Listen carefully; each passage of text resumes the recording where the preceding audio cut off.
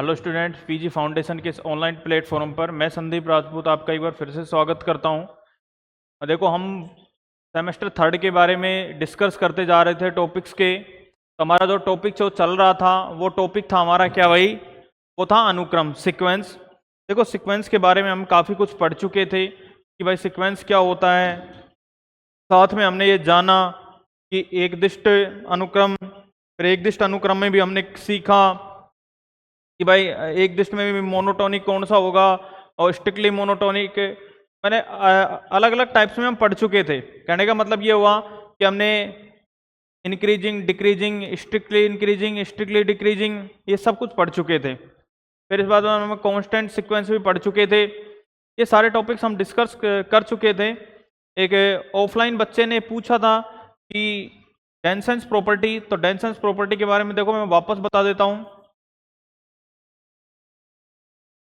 डेंसेंस property, देखो डेंसेंस property ये कहती थी कि किन्हीं भी दो वास्तविक संख्याओं के मध्य में, किन्हीं भी दो वास्तविक संख्याओं के मध्य में infinitely many rational and irrational number क्या करते हैं? एग्जिस्ट करते हैं। ठीक है ना? जैसे मैं ये कह रहा हूं कि मेरे पास में 1 और 2 है भाई। ठीक है, अब देखो इसमें इतनी माइनर संख्याएं आएंगी 2, ठीक है, और यहां तक आ जाएंगी। ठीक है, समझ रहे हो? 1.0001 से लेके स्टार्ट हो जाएंगी यहाँ की, ये टोटल नंबर्स आएंगे तुम्हारे सारे के सारे। तो इसमें परिमेय भी आएंगी और क्या आएंगी? अपरिमेय संख्याएं भी क्या रहेंगी हमारे पास में? विद्यमान रहेंगी भाई। ठीक है, अब देखो आज के टॉपिक के बारे में डिस्कस करते हैं हम आगे की तरफ। वो टॉपिक है हमारा आज के लिए रहेगा हमारे पास में अनुक्रम का सीमा बिंदु।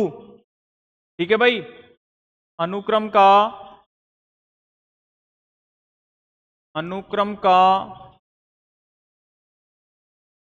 सीमा बिंदु, limit point of a sequence. पहले तो इसको सुनो, क्या है ये? बहुत ही शानदार टॉपिक है ये, अनुक्रम का सीमा बिंदु। देखो, अनुक्रम का सीमा बिंदु क्या होता है? हमारे पास में एक अनुक्रम एक्सन दिया गया है, तो यदि हम ये कहें कि अल्फा, या तुम एक्स कह लो या तुम बीटा कह लो, जो भी तुम कहना चाहो, तो अल्फा अनुक्रम एक्सन का क्या कहलाएगा? सीमा बिंदु कहलाएगा। यदि अल्फा के नेबरहुड में अनुक्रम के अनंत पद आते हों, alpha is called a limit point of a sequence action if neighborhood of alpha exist infinitely many points of xn। ठीक है, यानी कि xn के इनफाइनाइट पॉइंट को क्या करता है? वो एग्जिस्ट करता है, अपने अंदर निहित कर लेता है। तो क्या कहलाएगा हमारे पास में?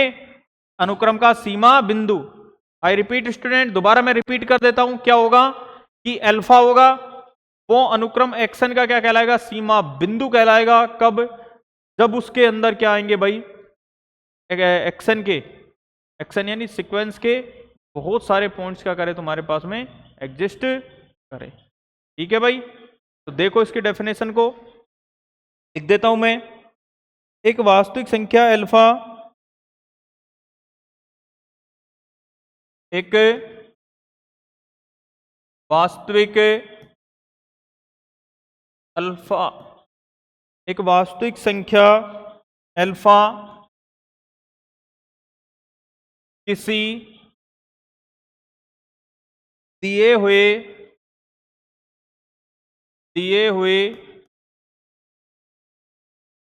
अनुक्रम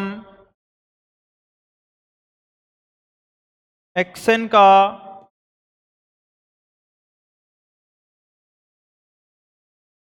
सीमा बिंदु कहलाती है।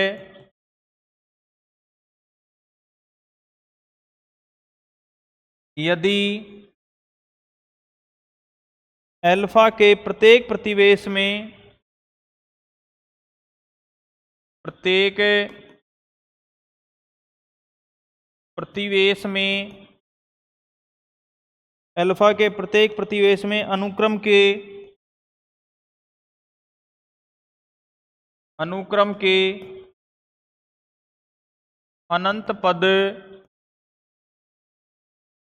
पद हो, अर्थात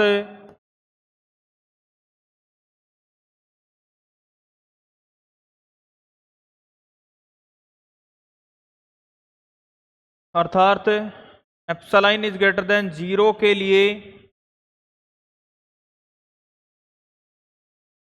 लिए हमारे पास में क्या है, एक्सन माइनस अल्फा का mod is less than epsilon,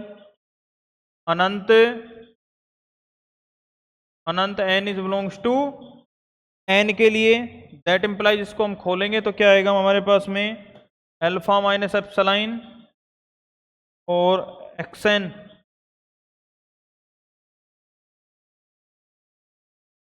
यहां से क्या आएगा, अल्फा प्लस में एप्सिलॉन, कोई भी डेफिनेशन दे सकते हो तुम, ये वही रहेगी सीमा बिंदु की, या तुम ये कह सकते हो कि एक्सन हमारे पास में बिलोंग करे किसमें, अल्फा माइनस एप्सिलॉन और अल्फा प्लस में एप्सिलॉन में। ठीक है भाई, अल्फा माइनस एप्सिलॉन और अल्फा प्लस एप्सिलॉन में क्या करे, बिलोंग करे, और अनुक्रम के अनंत पद विद्यमान है। ठीक है भाई, तो कोई अल्फा क्या कहलाएगा, एक्सन का क्या कहलाएगा, लिमिट पॉइंट कहलाएगा यदि उसके नेबरहुड में, अब देखो नेबरहुड आना चाहिए, पहले बता चुका हूं मैं रियल में एक बात बार बार रिपीट कर रहा हूं, हर एक कंसेप्ट को पकड़ लेना, क्योंकि एक कंसेप्ट जाके दूसरे से मिलेगा, दूसरा तीसरे से मिलेगा, अब लिमिट पॉइंट देखना आगे जाके किसी और में मिल जाएगा, तो तुम्हें एक एक 1 बाई 1 टॉपिक्स अच्छे से, मतलब उनकी क्लियर इमेज होनी चाहिए। जैसे नेबरहुड का नाम लेते हैं, नेबरहुड का दिमाग में आ जाना चाहिए, नेबरहुड में क्या होगा भाई, नेबरहुड में क्या होगा, अड़ोसी पड़ोसी के पॉइंट आएंगे। ठीक है, तो अल्फा का मतलब क्या होगा, अल्फा का मतलब नेबरहुड ही होगा, नेबरहुड में बहुत सारे पॉइंट आएंगे, बहुत सारे पॉइंट कहां मिलने चाहिए, एक्शन के मिलने चाहिए, तो क्या होगा, वो लिमिट पॉइंट होगा।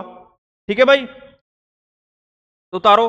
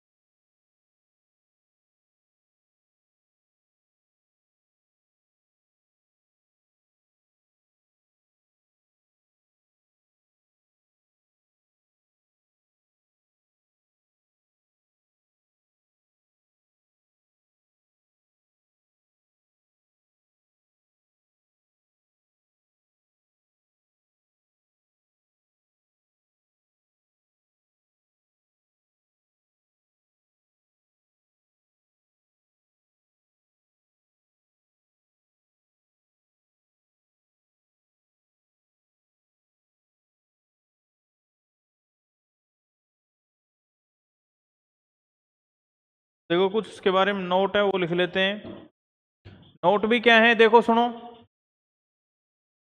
कोई अनुक्रम दे रखा है, अब अनुक्रम के बारे में देखो क्या है कि उसका सीमा बिंदु होना आवश्यक नहीं है, कि ये जरूरी नहीं है कि भाई अनुक्रम है तो उसका सीमा बिंदु हो, सीमा बिंदु एक भी हो सकता है, यानी कि यूनिक भी हो सकता है, एक से ज्यादा भी हो सकते हैं, अनुक्रम के बाहर का भी सीमा बिंदु हो सकता है भाई। ठीक है ना, अनुक्रम के बाहर का भी सीमा बिंदु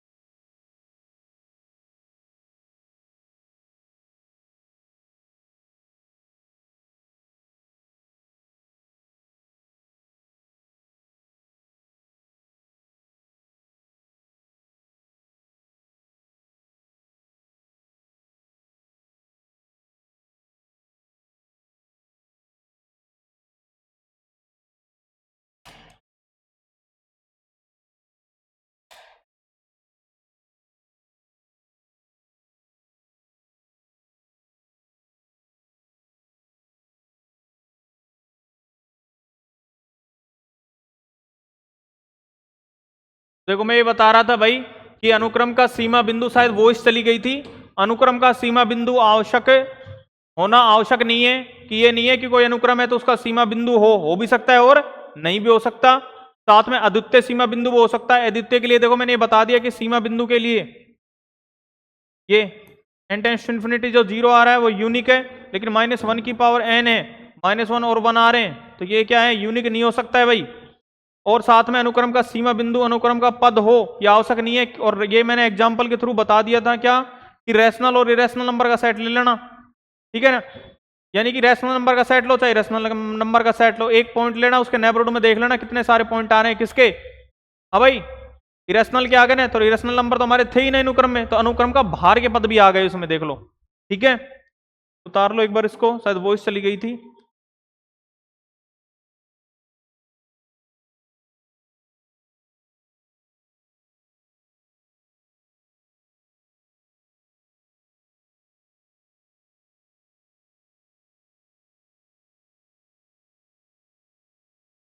अब नेक्स्ट बढ़ेंगे अनुक्रम की सीमा। देखो अनुक्रम की सीमा बिंदु हम पढ़ चुके हैं, अब अनुक्रम की सीमा बिंदु पढ़ चुके हैं, सीमा पढ़ेंगे अनुक्रम की सीमा। देखो नेक्स्ट टॉपिक है हमारा अनुक्रम की सीमा। अनुक्रम की सीमा, limit of a sequence, limit of a sequence, क्या भाई, लिमिट ऑफ ए सीक्वेंस। अब देखो हमारे पास में एक दिया गया होगा, एक्सन क्या है, एक अनुक्रम है, ठीक है भाई, एक्सन क्या है, अनुक्रम है। और यदि मैं ये कहूं एक्सन में हम क्या ले लेंगे, एक वास्तविक संख्या जाई, अनुक्रम एक्सन की क्या कहलाएगी, सीमा कहलाती है। यदि एप्सिलॉन इज ग्रेटर देन 0 के संगत एक ऐसा धनात्मक पूर्णांक एन नोट जो क्या करे, एप्सिलॉन पर निर्भर करे, विद्यमान रहे, कैसे, action minus xi is less then alpha. देखो मैं इसको वर्ड दूसरे वर्ड में बताऊंगा, पहले तो मैंने जो दो डेफिनेशन है, पहली डेफिनेशन मैंने तुम्हें बता दी है क्या, कि जाई क्या कहलाएगी, एक्सन की क्या कहलाएगी, लिमिट कहलाएगी। यदि एप्सिलॉन इज ग्रेटर देन 0 के संगत हमारे पास में एन नोट जो भी पॉजिटिव होगा, जिसको किस पे निर्भर होगा, एप्सिलॉन पर निर्भर होगा, और वो इस प्रकार हो, x n minus xi is less than epsilon for all n is greater than n naught. ठीक है, पहले मैं डेफिनेशन लिख देता हूं, फिर बाकायदा एग्जाम्पल के थ्रू भी अच्छे से समझेंगे इसको भी हम। तो देखो क्या है, माना कि एक्सन कोई वास्तविक अनुक्रम है, माना एक्सन कोई अनुक्रम है, कोई अनुक्रम है, कोई अनुक्रम है, तथा जाई एक वास्तविक संख्या है, तथा जाई एक वास्तविक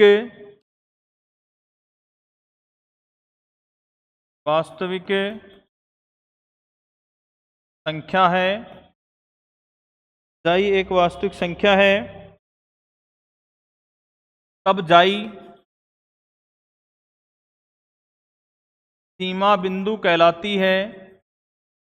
तो सीमा कहलाती है, बिंदु नहीं, सीमा कहलाती है यदि एप्सिलॉन इज ग्रेटर देन 0 के संगत हमें क्या मिला, एक ऐसा धनात्मक पूर्णांक, एक ऐसा धनात्मक पूर्णांक जो रहेगा एन नोट एप्सिलॉन पर निर्भर, विद्यमान है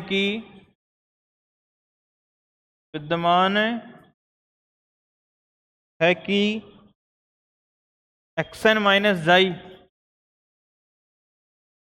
less than epsilon for all n is greater than n naught. ये रहेगी हमारे पास में बेसिक डेफिनेशन भाई, ठीक है। तो ये रहेगी xn को अनुक्रम xn का एक जाई एक वास्तविक संख्या है, तब जाई सीमा बिंदु कहलाती है। कब? जब हमारे पास में एप्सिलॉन इज ग्रेटर देन 0 के संगत हमारे पास में एक एन नोट यानी कि धनात्मक पूर्णांक इस प्रकार विद्यमान हो कि xn minus xi is less than epsilon for all n is greater then n note. ठीक है भाई, तो ये है। अब देखो इसको देखो मैथमेटिकल रूप में ऐसे भी ले लेते हैं क्या कि limit n tending to infinity, ठीक है ना, xn, और उसमें हमारे पास में क्या जाए जाई, और वो भी क्या होनी चाहिए अद्वितीय। ये याद रखना भाई, यूनिक होनी चाहिए। उतार लो।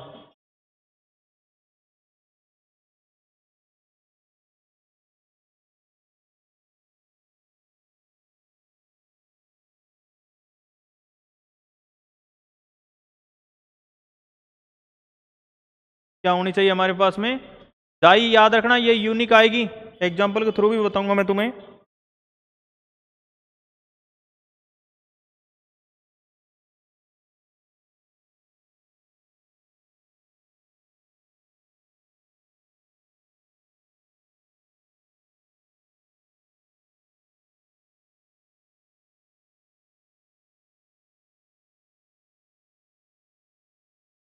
तो देखो ये आ गया xn माइनस जाई, प्रतीकात्मक रूप में ले लिया है। ये इसी से हम देखो सवालों को इसी से हल करेंगे मेन, लेकिन ये डेफिनेशन हमारे थ्योरम्स में काम आएगी काफी बार।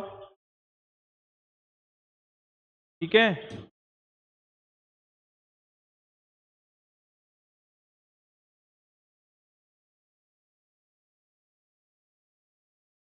देखो के बारे में हम एक रिजल्ट देखेंगे,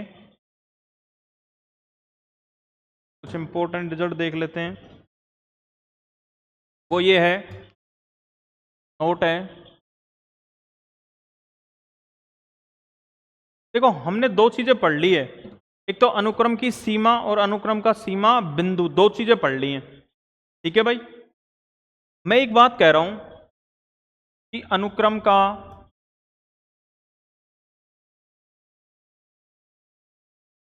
सीमा बिंदु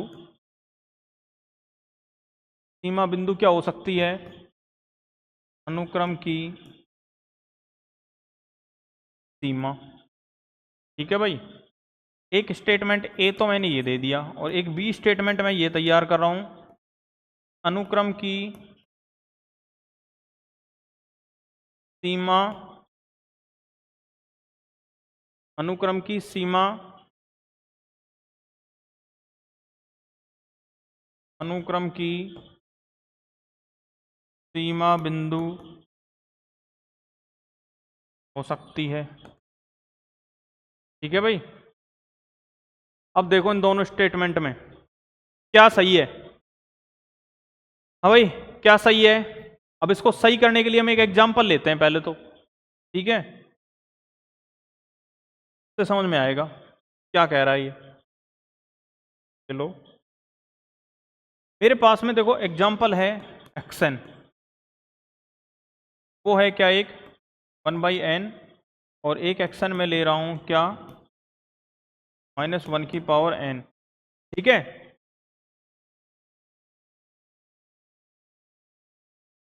तो ध्यान से देखें, n टेंड्स टू इन्फिनिटी भेजेंगे इसको।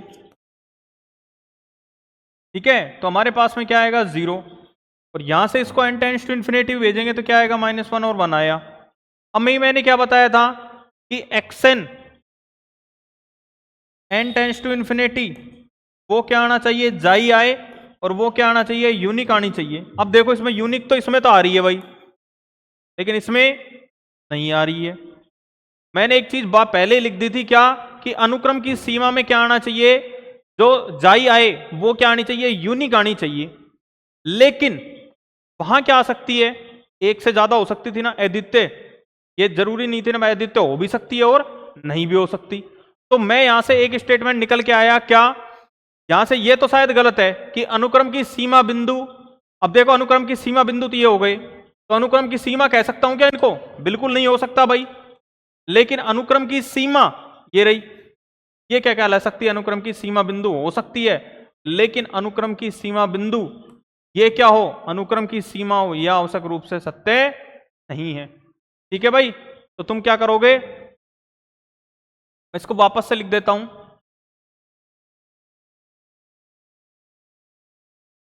देखो, नोट लगा के लिख देता हूं। नोट में लिखो कि अनुक्रम की सीमा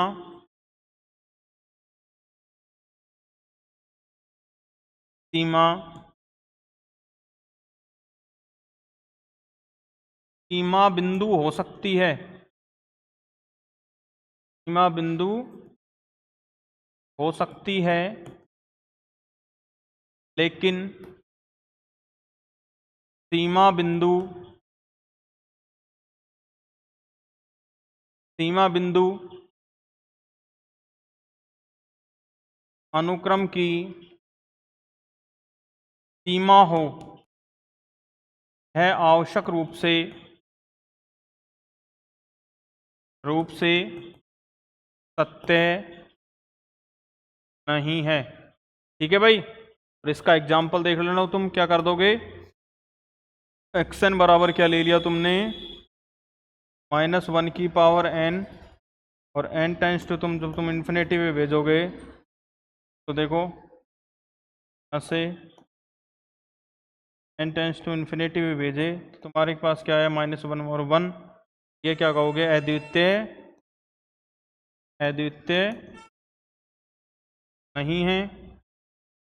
ठीक है भाई, ये तुम्हारा एग्जाम्पल हो जाएगा जो काउंटर एग्जाम्पल देना चाहते हो। उतारो इसको।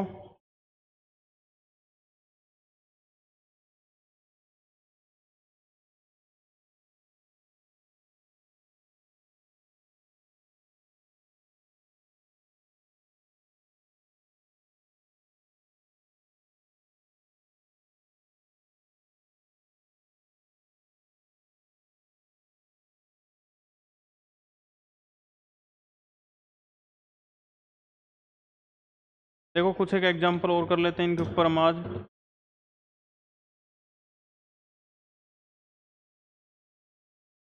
हमने ले लिया 1 + 1/2 की पावर n। ठीक है, तो यहाँ से देखेंगे हम क्या, x n n tends to infinity, यहाँ से क्या आएगा, 1 प्लस में 0 आ जाएगा। क्या आ जाएगा इसका, 1 का बिंदु है। ठीक है भाई, और एक एग्जाम्पल देखें तो एक्स एन हम क्या ले लिया,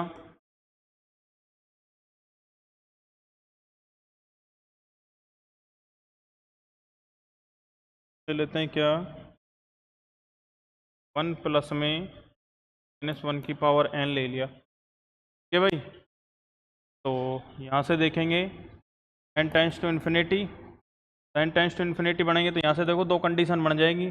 कौन कौन सी, तो 1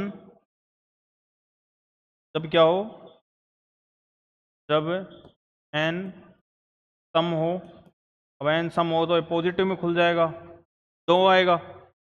देखो सम होगा तो पॉजिटिव में आएगा, ये सम यानी कि 2 आए 4 आए तो यहाँ से क्या आएगा, 1 प्लस में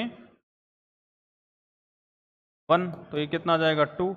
और जब n सम हो क्या आएगा हमारे पास में, 1 - 1 आएगा 0 हमेशा के लिए। ये क्या आ जाएंगे अपने पास में, 2.0। ये क्या होंगे, सीमा बिंदु हैं, लेकिन सीमा सीमा की बात कर रहे हैं ना, 4 0 अनुक्रम की सीमा नहीं है। ठीक है, और भी एग्जाम्पल देख सकते हो। एग्जाम्पल का आंसर मेरे को कमेंट सेक्शन में तुम दे देना भाई। ये है हमारे पास में n बराबर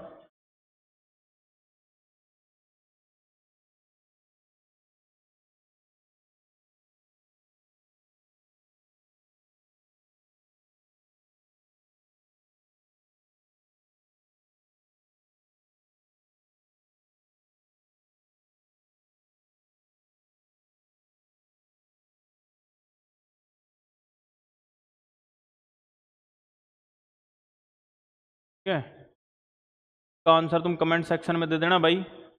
इसकी सीमा बिंदु, सीमा क्या होगी, हाँ क्या होगी, ठीक है, जरूर करना है भाई इसको कमेंट सेक्शन में, क्या आएगा इसकी सीमा।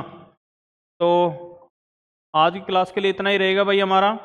नेक्स्ट क्लास में हम पढ़ेंगे अभिसारी एवं अपसारी, कन्वर्जेंट एंड डाइवर्जेंट सीक्वेंस, बड़े ही अच्छे टॉपिक होंगे, उनको पढ़ने के बाद हम फिर थ्योरम स्टार्ट कर देंगे।